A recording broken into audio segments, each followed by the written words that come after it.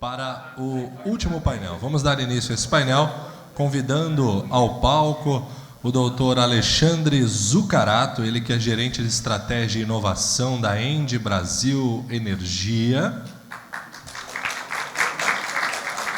Doutor Luiz Augusto Barroso, presidente da empresa de pesquisa energética EPE. Luiz Eduardo Barata, diretor-geral do Operador Nacional do Sistema ONS. Doutor Secundino Soares, professor da Unicamp. E o presidente do Instituto Ascende Brasil, Cláudio Salles, que irá moderar este debate. Obrigado. E o Richard também podia sentar. Cadê o Richard? Sem você, eu não decolo.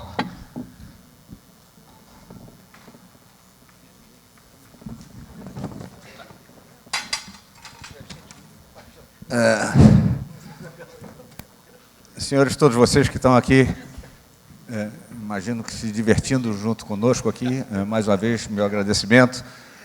Professor Secundino, Barroso, Barata, Zucarato, um agradecimento especial. E vamos, então, para essa próxima etapa. Eu tenho aqui perguntas, o tema é esse que foi colocado na parte da tarde, tanto pelo professor Alfredo Garcia, como pelo Richard. E eu tenho aqui alguns blocos de perguntas provocativas. Primeiro, com relação ao diagnóstico, em relação ao nosso modelo. O segundo bloco, em relação às limitações dos modelos. Terceiro, em relação à adoção da precificação e despacho com base em lance de oferta de preço. Depois, prós e contras dos modelos propostos, né? Obviamente, tudo isso levando a uma visão de futuro. Enfim, aqui, como nos debates anteriores, bastante flexibilidade. Eu faço aqui a provocação, mas pela riqueza de experiência e conteúdo que vocês têm, enfim, eu não ouso dizer que a minha pergunta será o que há de mais apropriado. Mais apropriado é o que vocês pensarem falar sobre o tema, sem dúvida. Então, muito rapidamente, eu acho que aqui dá para ser breve, sobre o diagnóstico. Enfim, foi apresentado de uma maneira bem geral um diagnóstico de que precisa se fazer mudanças nessa direção. Enfim, eu gostaria de ouvi-los um pouco sobre isso. Vamos aqui nessa ordem mesmo, enfim, aleatória. Barroso, você primeiro.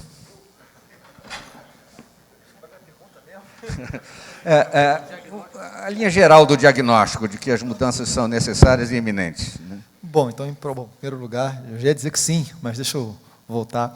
Em primeiro lugar, queria, Cláudio, agradecer assim, para você, especialmente, também ao Richard, ao Eduardo, a todo o time do Ascende Brasil. Foi um prazer enorme encontrar a Melissa, por exemplo, hoje, que eu não via há muito tempo. E estar aqui com vocês, eu acho, nessa figura na EPE, é um prazer. Acho que a discussão aqui hoje foi muito rica e numa situação que, mais uma vez, assim, graças muito à colaboração que a EPE tem tido da indústria, a gente conseguiu trazer um time grande aqui da EPE para participar. Então, a gente tem hoje 5 pessoas, está o Emílio aqui, está o Rony, está a Carol, está o Luciano, está o Daniel, se eu não me engano, também com a presença do time do Ministério, eu vi o Ruteli por aí, vi o Ricardo. Isso é muito bom, porque mostra um time unido, que aparece unido, e consegue participar dos debates. Também hoje foi muito enriquecedor para mim, de manhã, aprendi bastante com a palestra do professor e o amigo Alfredo, né, que nos encontramos tanto aí na Colômbia, nos debates do mercado colombiano. E, sim, precisamos fazer a mudança. Acho que a resposta tem interesse do debate, ele é tão simples quanto sim.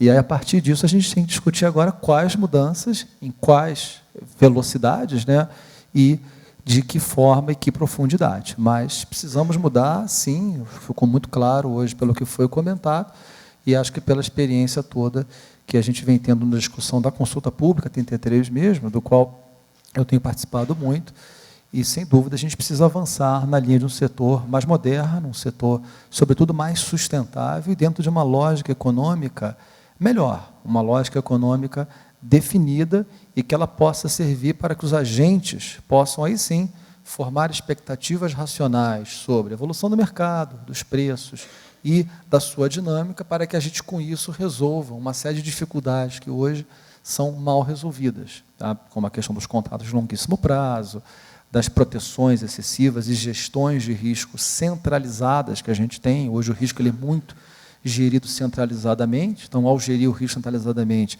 a gente fica com uma indústria que ela é vulnerável, basicamente, a isso, qualquer coisa vira judicialização e ninguém se sente responsável pela gestão do seu próprio risco. E eu acho que o movimento ele é parte daquilo que o Paulo comentou de manhã, um movimento maior, movimento de país, movimento que tem no setor elétrico talvez um foco grande aqui de evolução e de uma forma muito integrada. Eu vou terminar aqui. Eu fico muito contente em ter o Barata do meu lado, assim como o Rui Altieri, assim como o Ministério, o ANEEL, todo mundo, as instituições todas, EPE, ONS, CCE, estando bastante aí alinhadas dentro desse movimento, que é um movimento, como eu disse, do setor. Obrigado. Pois é, você tocou no ponto, a síntese do diagnóstico que nós apresentamos tem a ver muito com a gestão de risco, né? E foi o ponto que você tocou. Queria ouvir também Barata.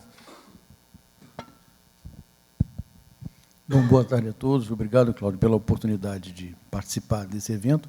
É o primeiro dos Frontiers que eu participo e realmente é um evento de altíssimo nível, extremamente importante, muito mais importante no momento que nós estamos vivendo.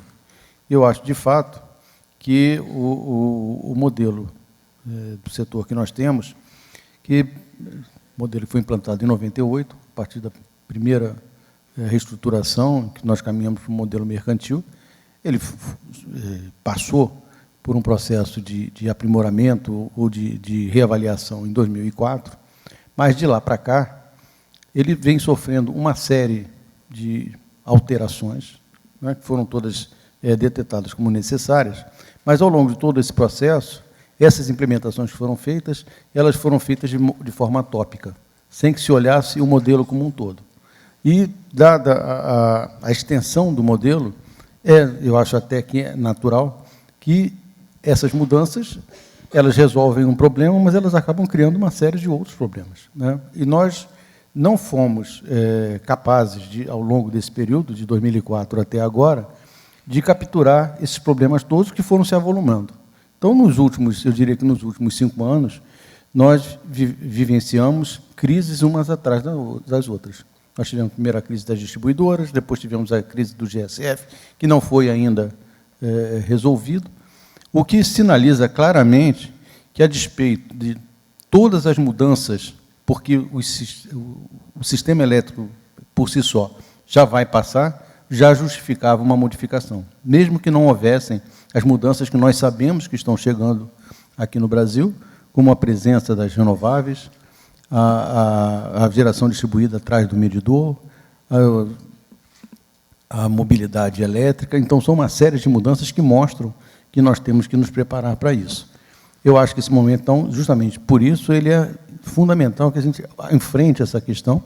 Acho que a gente não precisa ter vergonha de termos demorado, nós demoramos, já devíamos ter partido para esse processo há mais tempo. Agora, acho também que essas mudanças elas têm que ser feitas com cautela, né, para que nós não venhamos a incidir nos mesmos erros que nós já cometemos. Então, esse processo, eu acho que ele é extremamente complexo. A primeira reforma que nós fizemos em 98, ela foi precedida de um estudo de 2 anos. A reforma que se fez em 2004, que foi uma mini-reforma, ela tomou o ano de 2003 inteiro.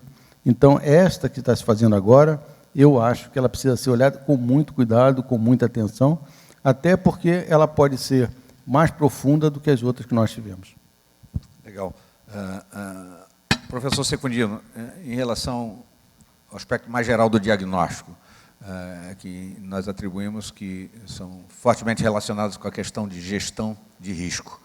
Você concorda com isso? Em primeiro lugar, obrigado pelo convite. É uma satisfação estar aqui, uma plateia selecionada, uma mesa também super selecionada. Para mim é uma satisfação poder colocar um pouco da minha experiência nesse fórum. Eu também sou um eterno otimista também. Eu acho que vai dar certo. Eu acho que a gente reestruturar o setor elétrico brasileiro na direção de mercado é muito bem-vindo essa mudança. acho que, na verdade, os medos que nós temos são medos válidos, são medos, realmente, nosso sistema é único, de certa forma, no mundo, né? Então, há um receio de que o que está sendo dando certo em outros países desenvolvidos, talvez não dê certo no Brasil por nossas características. Mas a experiência que eu tenho com o sistema hidráulico, sobretudo, né, com o despacho das usinas em cascata, com a operação do sistema, me levam a acreditar que a gente tem mais fantasmas, o nosso medo é mais um medo associado a fantasmas, a coisas que talvez não existam.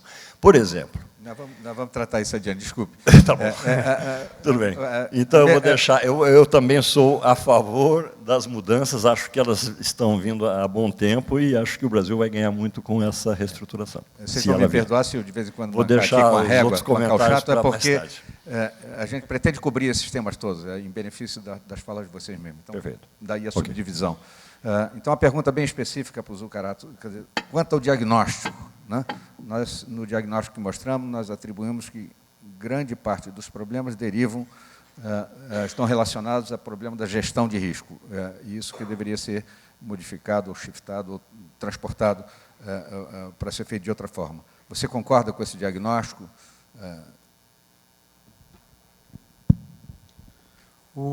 Sim, podemos Ótimo. dizer que é possível, sendo bem direto, sim, temos um problema de alocação de risco, mas antes, de novo, agradecer o convite e parabéns pela montagem do evento.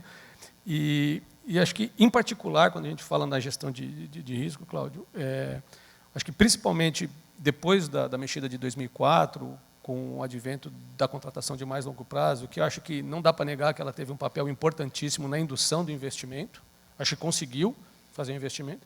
Agora, as consequências decorrentes do investimento que foram feitos e como os riscos foram alocados na hora de fazer isso, acaba ficando aí um rescaldo que, eventualmente, não necessariamente os riscos estão nos colos dos agentes adequados para lidar com eles, né? E aí, em particular, até por causa do modelo privilegiando a contratação de longo prazo, nós construímos um outro mito que não está lá, né, de que o preço de curto prazo é simplesmente um acessório para liquidar diferenças, sendo que eu tenho uma convicção de que qualquer mercado, você começa a montar ele a partir de uma boa precificação de curto prazo. Então, eu complementaria o diagnóstico que, para fazer qualquer processo de realocação de risco, tem que começar colocando preços críveis, que melhor reflitam as necessidades do sistema e melhor reflitam os custos reais do sistema, porque ficar escondendo o custo embaixo do tapete, alocando o risco de uma forma quase que aleatória, não é o caminho para sair do buraco.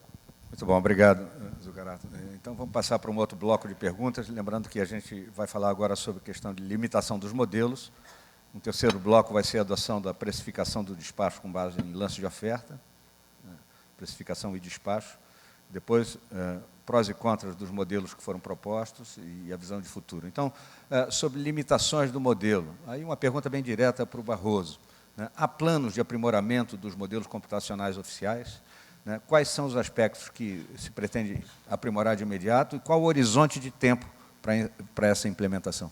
Cláudio, eu vou tomar aqui a liberdade de fazer uma operação financeira aqui no palco e fazer um swap com o Barata, deixar o Barata responder essa, porque o Barata tem sido o nosso líder nessa tarefa, e depois eu tomo o risco de responder a pergunta que você faria para o Barata. Ótimo. Tá bom? Esse rapaz é fogo na roupa, tá vendo? Mas eu quero só fazer uma espécie de protesto. Essas cadeiras não são para baixinhos. Eu e o Luiz estamos aqui, né? Estamos aqui tentando nos equilibrar na cadeira. Mas ser baixinho do setor atualmente é uma virtude. Então, pode continuar. Mas, o Barata, deixa eu contar uma história para a gente alegrar também um pouco o ambiente aqui. Eu, quando cheguei na EPE, acho que todos conheciam muito bem o Maurício Tomasquim, meu antecessor. O Maurício deve ter uns 8 metros de altura. E eu cheguei na EPE, a primeira coisa que eu fiz, eu sentei na cadeira do Maurício, né? E, obviamente, que eu fiquei igualzinho a que eu estou nessa daqui. Minhas perninhas faziam assim. Só que eu tinha aqui abaixo, talvez uns 4 metros, né? Aí eu olhei para um lado, olhei para o outro, não vi nenhum lugar para baixar a cadeira, baixei e tudo mais. Né? Aí não encontrava, né? Aí encontrei, tem um botãozinho mágico que ele deve existir aqui. Eu vou procurando aqui, Barata, enquanto você está aí, mas foi uma experiência para mim. Bom, Obrigado pelo swap, Luiz. Na verdade, nós estamos trabalhando nesse tema, temos tratado esse tema de forma bastante integrada com a EP e com a CCE, porque somos os 3 usuários desse modelo. Modelo que vem sendo utilizado desde da reforma de 98, e o primeiro deles, que é o New Wave, né, é o primeiro modelo da cadeia, já era usado até mesmo no GCOI. E foram modelos que foram concebidos e desenvolvidos no nosso centro de pesquisa a partir das limitações que a época estabelecia.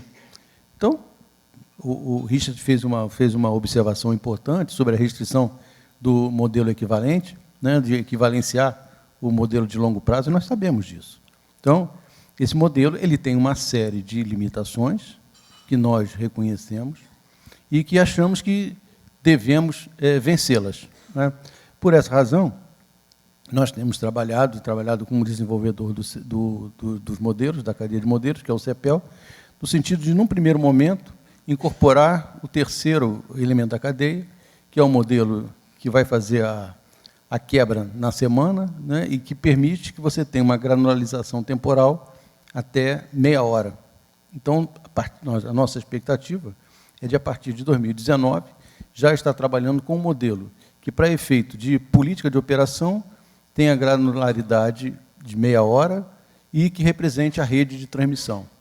E, para efeito de preço, de precificação, trabalhe com modelo horário.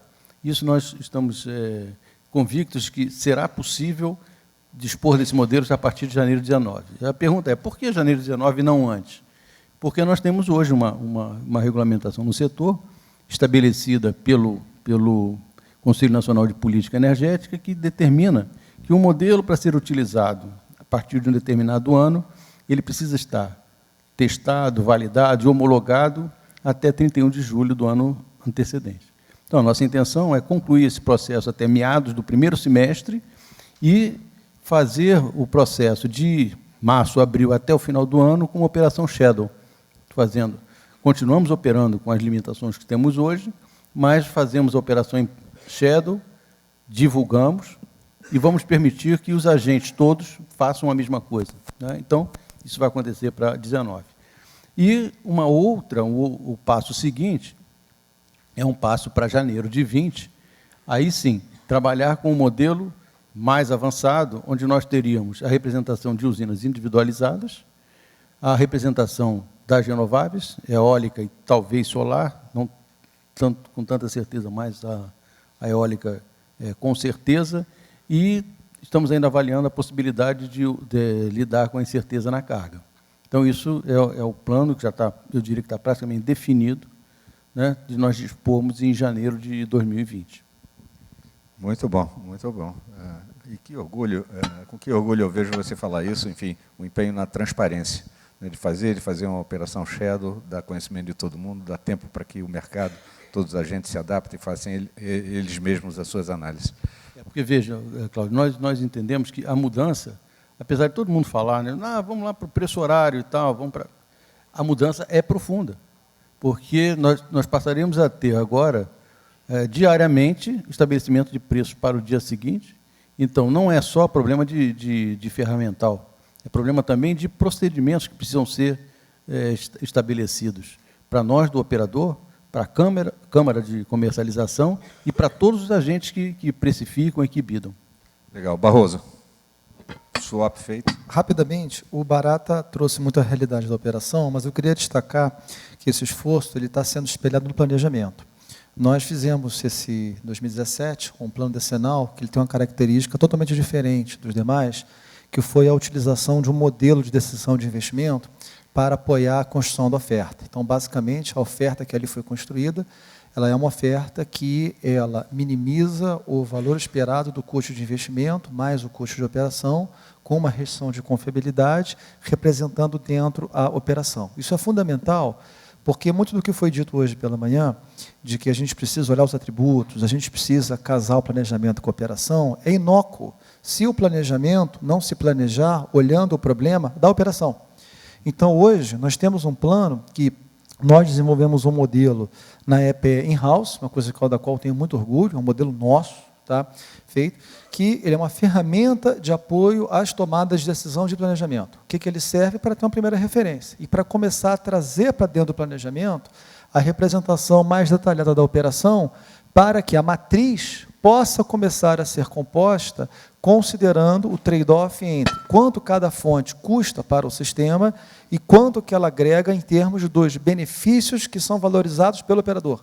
Porque, no limite, quem opera o sistema com a matriz que é planejada é o operador. Então, lá na EPE nós temos esse modelo, ele está sendo bastante evoluído, nós estamos avançando a passos bastante largos, bastante grandes mesmo, e a ideia é que a gente, com isso, comece a sistematizar melhor o processo do planejamento dentro de um critério mais explícito, para que os custos até de decisões que sejam políticas públicas, que porventura não saiam do plano econômico, sejam explicitadas para a sociedade, e a gente dê um primeiro passo para calcular os tais atributos, que todo mundo aqui comentou de manhã que tem que ser calculados, mas que a pergunta relevante é, ok, mas como calcular os atributos?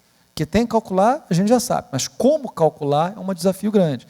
E esse tipo de ferramental ele é fundamental. Então, a gente está tentando organizar em modelos de planejamento da expansão, olhando a operação, que representem o mundo do operador como um passo paralelo a esse avanço que o Barata comentou.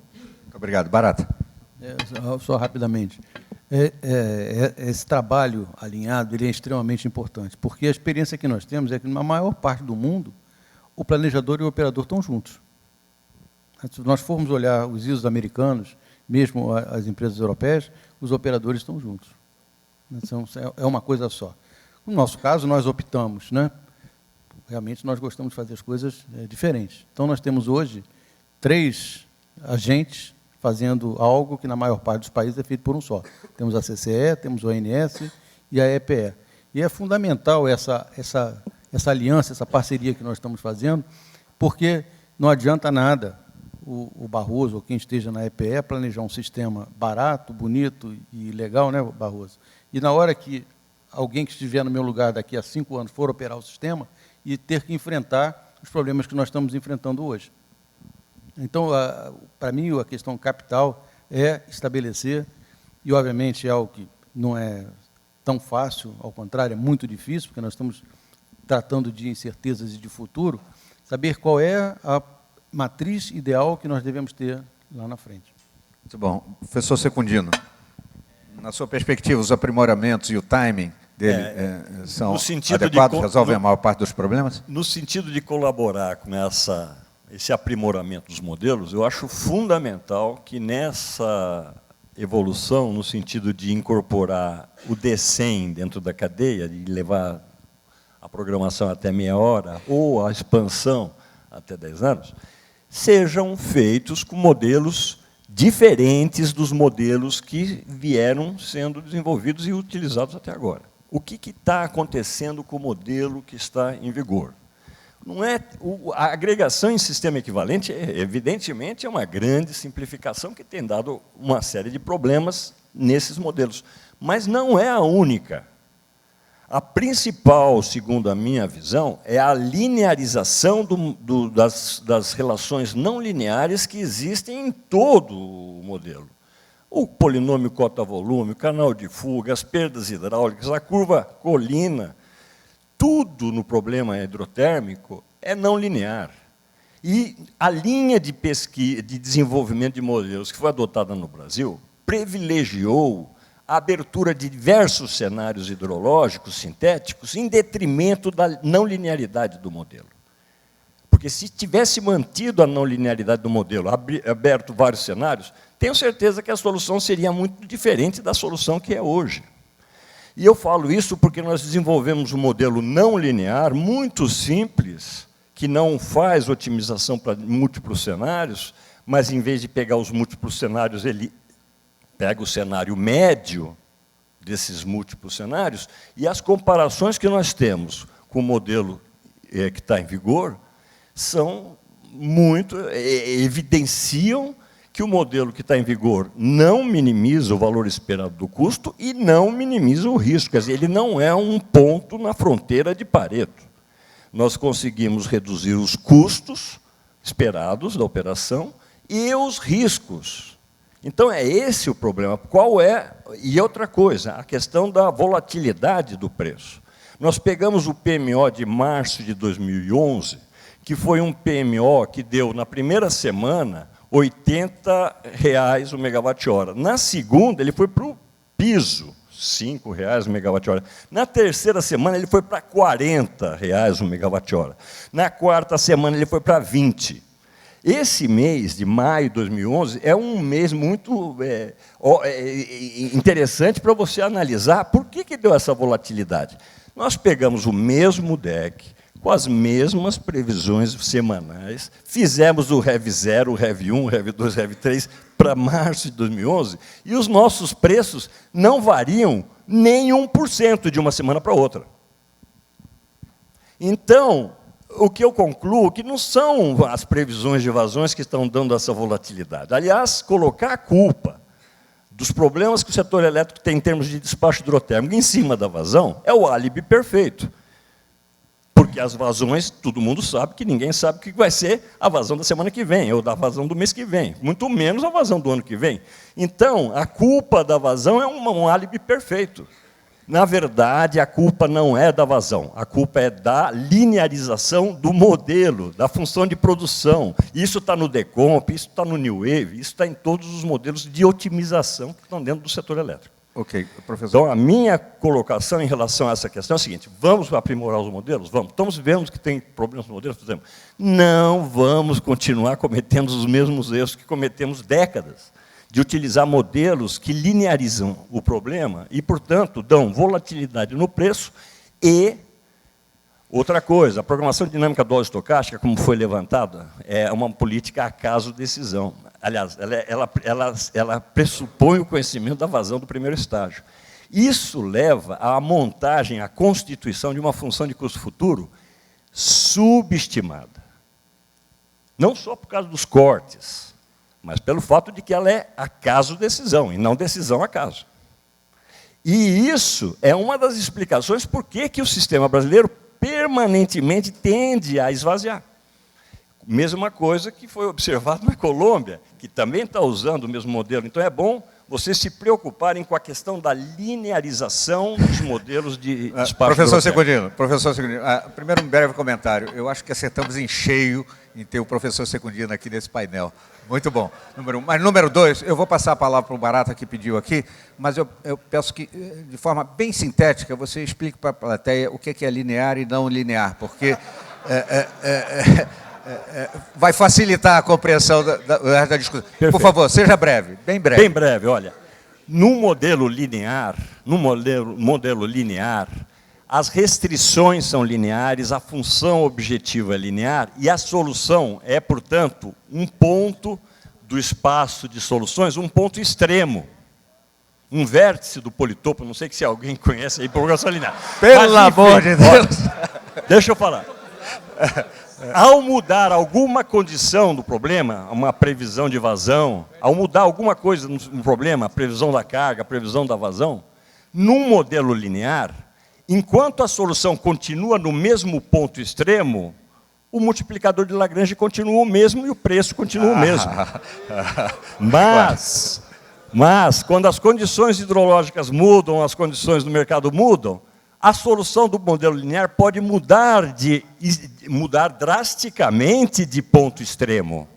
E, ao mudar drasticamente de ponto extremo, o preço, que é o multiplicador de Lagrange, dá um pulo. Ele não varia lenta e gradualmente com as variações lentas e graduais que os dados do problema trazem. Ok, professor. Então, ele não dá uma sensibilidade. Professor, eu vou pedir, muito bom, mas eu vou pedir para o Barroso fazer uma síntese, linear, não linear. Depois eu vou passar para o Barata. Por favor, Barroso. Veja bem, imagina que você tem uma função linear aqui. Barroso! Ó, você tem uma função linear que você quer minimizar, no intervalo. A solução é um extremo. Se você mudar a inclinação dessa função linear, a solução ótima passa a ser o outro extremo. A solução nunca vai ser um ponto interior. Ok, Barroso, por favor. E no não linear, no modelo não linear, a solução é um ponto interior. Aliás, a solução do problema hidrotérmico é um ponto interior. Vamos lá, Barroso, por favor. Olha, pessoal, na minha visão, linear é assim, não linear é assim, tá? Então, não linear, você fica 2 vezes mais chateado com alguma coisa, de uma forma não, evidentemente, exponencial, ou de uma forma diferente, mas que não te dá uma série de condições matemáticas que no mundo sob incerteza você representa. Mas, na prática, um é assim e o outro é assim. Muito obrigado. Barata, por favor. Bom, Cláudio, eu não vou entrar na discussão matemática com o professor Secundino. Né? O que eu vou dizer aqui é o seguinte, nós precisamos de um ferramental que resolva o nosso problema. Nós hoje temos problemas sérios. Um dos problemas sérios que nós temos é o clima. O clima é um problema sério. Não vamos botar a culpa, o professor Secundino disse que é, digamos assim, é o álibi perfeito, as vações. Nós estamos vivenciando hoje no país crises climáticas em todas as regiões do país. Há alguns anos atrás, nós vivíamos na região Nordeste, com o comportamento do Rio São Francisco degradado ao longo dos últimos anos. Nós temos hoje, além do Rio São Francisco, o Rio Tocantins, nós temos hoje, na usina de Serra da Mesa, que é o segundo reservatório do país, com 5% de acumulação.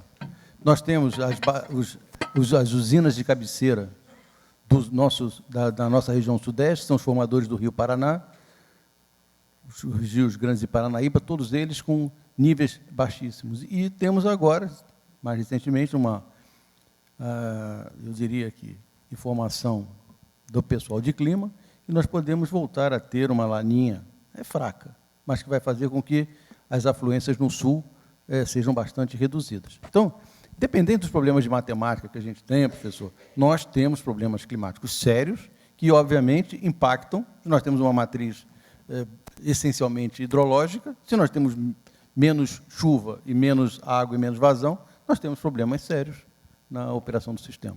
Muito bom. Gostaria de ficar nesse tema só. Se tivermos tempo, voltaremos a ele. E vamos passar um pouco adiante aqui, no outro tema.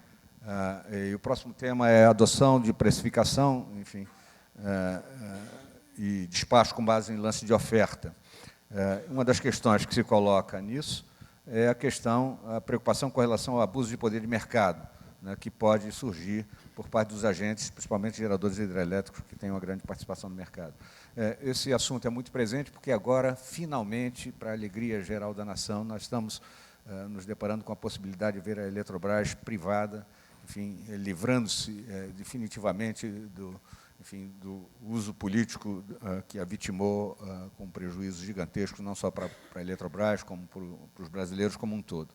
Então, esse é um caminho importante, mas coloca um desafio adicional, dado que a Eletrobras tem 30 e tantos, 34%, 35% da geração aqui no Brasil. Então, como é que está sendo percebido, Barroso, com que nível de preocupação e no desenho que vocês já têm entabulado, etc., que contornos você imagina para esse problema? Tá, essa é uma pergunta, ela parece ser simples, mas ela tem um contexto muito mais amplo, né? E aí eu vou dar 2 passos para trás, só para revisar com vocês rapidamente qual é a base da proposta do Brasil, porque em muitos países o que se chama de despacho por oferta de preços, ele é um despacho feito por lances para o dia seguinte, com o mercado que também é por lances para o intraday, como o Barata tem chamado, e ele é um mercado puramente físico, os agentes ofertam aquilo que eles produzem. Então, por exemplo, na Colômbia, como na Noruega, na Suíça, em outros países, na Nova Zelândia, não existe o conceito de GSF, não existe nada disso, porque o que vale é a produção física do sujeito mesmo. E como o professor Alfredo até colocou na apresentação dele, na Colômbia, durante o El Niño, a produção das hidrelétricas ela foi aproximadamente 60% inferior aos seus contratos. É como se o GSF tivesse sido na Colômbia de 0,4 ou 0,6, uma coisa física. No Brasil, a gente, para dar qualquer passo em relação a isso, a gente tem que lidar com o MRE. O MRE ele é um mecanismo que o que ele faz é, basicamente, existe uma decisão da produção hidrelétrica total, pega-se aquela produção hidrelétrica total e rateia-se a cada gerador em proporção às suas energias firmes, ou garantias físicas.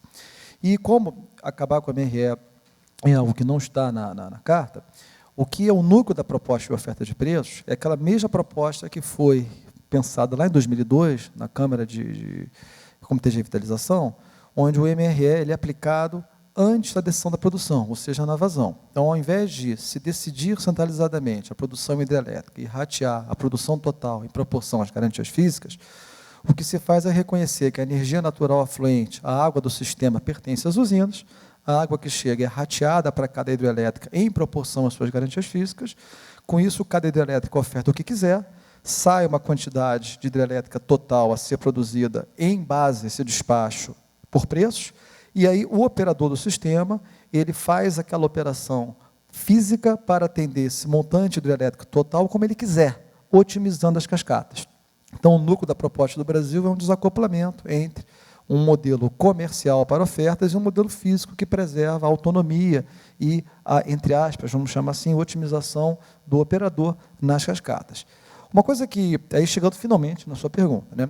Algo que eu tenho dito há bastante tempo é que quando a gente vai para a oferta de preço, muita gente acha que, olha, acabaram interferências, não se interfere mais, não tem nada. E, na verdade, a brincadeira apenas começou, porque em muitos países que foram para a oferta de preços, existe uma entidadezinha chamada Market Monitoring Unit, unidade de monitoramento de mercado, essa que a Colômbia está criando, por exemplo, agora. E, basicamente, o que esses caras fazem? Esses caras ficam monitorando o comportamento dos agentes e, cada vez que um agente se mal comportar, pum, a oferta dele é interferida e a oferta dele é substituída por uma oferta por custo. Tá? Para vocês terem uma ideia, o nível de interferência da Market Monitoring Unit na Califórnia, em alguns momentos, chegou a 20% do tempo. Tá? É bastante forte, tá? Porque o mercado locacional, nodal, uma série de características. No caso do Brasil, a gente teria, sim, que ter uma unidade dessas, cuja governança, procedimentos e ações tem que ser muito bem pensado. Isso é um primeiro passo para coibir o poder de mercado de um grandão. Segunda maneira é pegar esse grandão e forçá-lo, obrigá-lo a fazer ofertas seguindo algumas condições. Por exemplo, para a gente discutir, o Vietnã tem um modelo de ofertas de preços, onde um modelo matemático calcula o valor da água e o agente pode fazer uma oferta que é um range ao redor do valor da água. O valor da água é X, você pode ofertar 80% de X ou 130% de X, mas aquele valor da água é guia. Então, o recado, saindo fora um pouquinho das technicalities, né, é que existem, sim, muitas maneiras da gente tratar essa ameaça. Eu acho que o Brasil não vai ter uma condição diferenciada, mesmo com 35% de propriedade, é o mesmo tamanho que, por exemplo, a Statkraft tem na Noruega, exatamente o mesmo tamanho, e possivelmente é um tamanho muito interessante com o mercado. Mais uma vez eu vou brincar aqui com o professor Alfredo. A Colômbia, ela tem um grande oligopólio, são 3 empresas públicas de Medellín, Izarrem e a terceira que eu esqueci, a Enresa, que é a Enel. Tá? O Chile, que não tem um despacho por custo, também tem 3 grandes empresas. Eu acho que tem formas da gente tratar isso e a gente está de olho nisso, sim. Bem rapidinho, Zucarato, queria te ouvir da perspectiva de um agente, esse problema do poder de mercado nesse novo ambiente. Como é que você vê?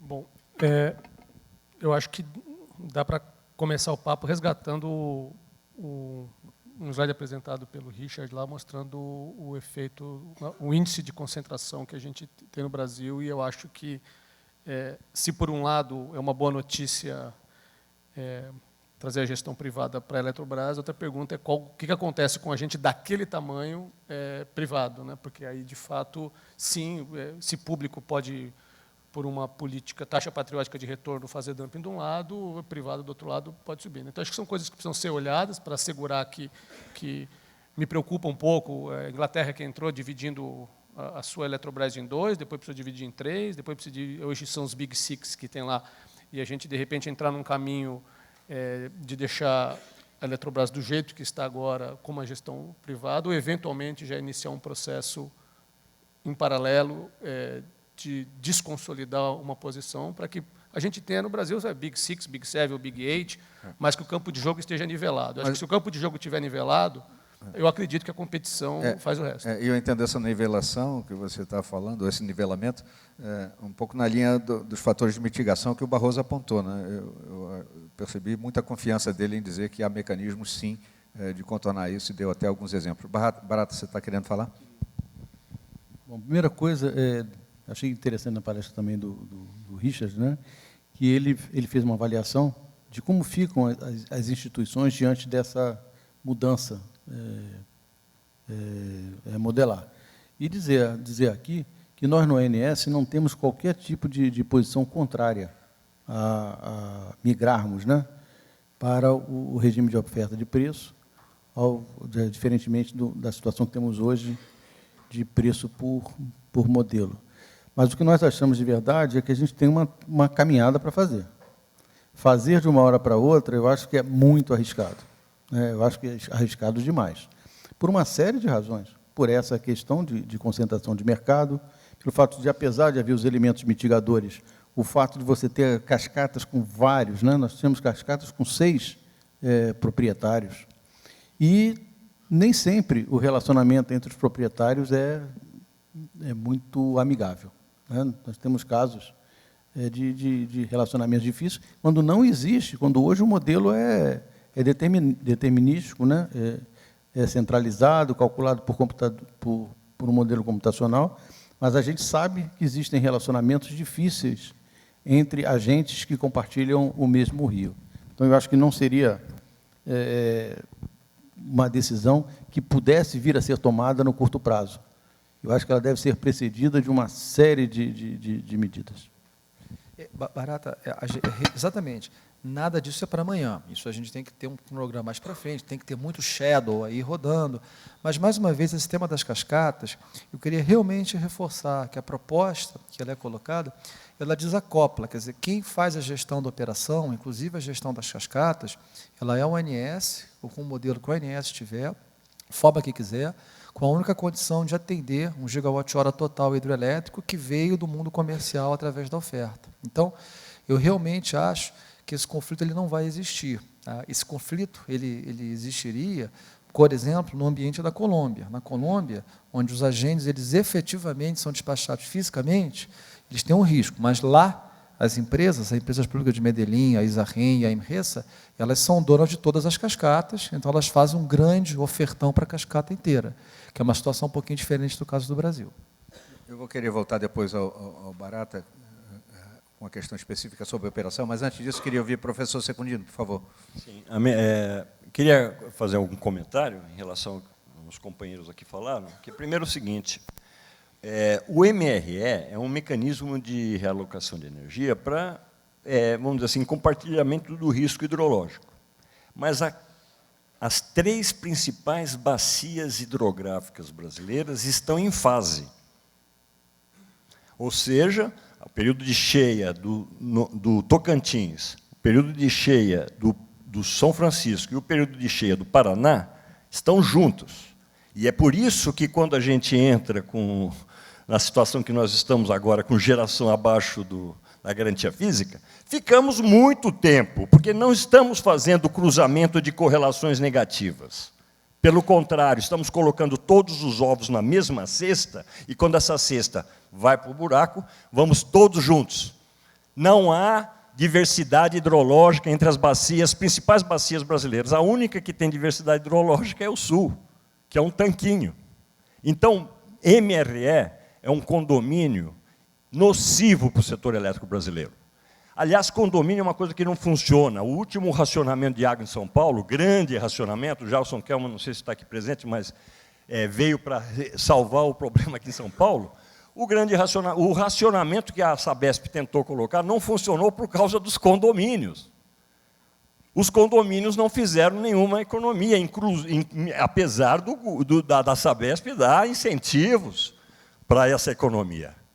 Então, cuidado com condomínios, eu não acredito. Eu acho que nós devemos partir, aproveitando o ensejo dessa revisão que nós estamos querendo fazer, para lá desses mecanismos de realocação de energia e essa divisão entre o físico e o financeiro. Agora, em questão do poder de mercado, qual é o poder de mercado que um sistema hidroelétrico totalmente a fio d'água tem? Nenhum. Nosso sistema está caminhando na direção de um sistema a fio d'água. Então, qual é o poder de mercado que nós vamos ter aqui no Brasil se fizermos um sistema de bid por preço e com o sistema hidroelétrico nosso? Vamos olhar, então. As fio d'água não têm poder de mercado. O poder de mercado está nos reservatórios. Agora, você tem um reservatório, 2 fio d'água, outro reservatório. Então, aquele reservatório de cima controlou só 2 fio d'água. As grandes que podem ter algum poder de mercado são Furnas, que controla o Rio Grande até a usina de Marimbondo. Serra da Mesa, que controla o rio Tocantins até a usina de Tucuruí. E Sobradinho, que controla o complexo Paulo Afonso e Xingó. Essas são as... E também a CEMIG com as suas usinas de embarcação. Essas são o problema. 4 usinas com reservatório. E a capacidade de poder de mercado delas está localizada onde? Se o sistema fosse totalmente hidroelétrico, totalmente a fio d'água, o que aconteceria? Nós teríamos preços baixos durante a época da chuva, das vazões altas, e teríamos preços altos durante a seca. Aí você vem e constrói um reservatório. Para quê? Para comprar água barata quando ela é abundante, guardar no seu reservatório e vendê-la quando ela é escassa e cara. Excelente serviço para o sistema.